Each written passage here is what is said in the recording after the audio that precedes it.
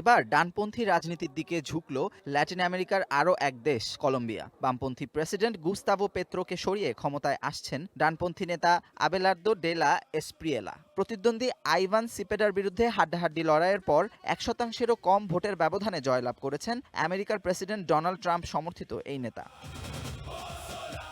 জয়ের পর দেয়া ভাষণে এসপ্রিয়েলা জনগণকে ঐক্যের ডাক দেন। কলম্বিয়ার সব নাগরিকের জন্য কাজ করবেন বলেও প্রতিশ্রুতি দেন।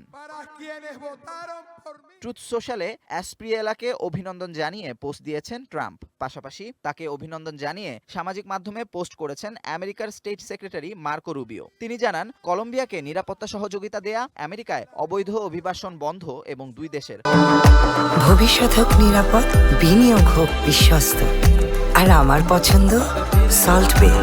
ওয়েলকাম টু সল্ট বে। অর্থনৈতিক সম্পর্ক আরও জোরালো করতে আগ্রহী ট্রাম্প প্রশাসন।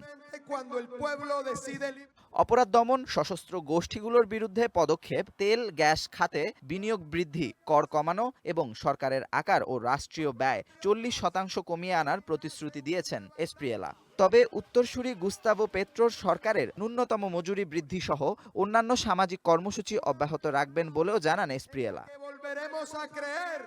নির্বাচনে জয়ী হলেও এসপ্রিয়েলার জন্য অপেক্ষা করছে আরও বড় পরীক্ষা। অল্প ব্যবধানে জয়ের কারণে এসপ্রিয়েলাকে অধিকাংশ আইন প্রণেতার সমর্থন নিশ্চিত করতে হবে। পাশাপাশি দেশের আর্থিক খাতে বড় অঙ্কের ঋণ ও জনগণের মাঝে রাজনৈতিক বিভাজন মোকাবেলা করা তার জন্য এখন বড় চ্যালেঞ্জ হয়ে দাঁড়াবে।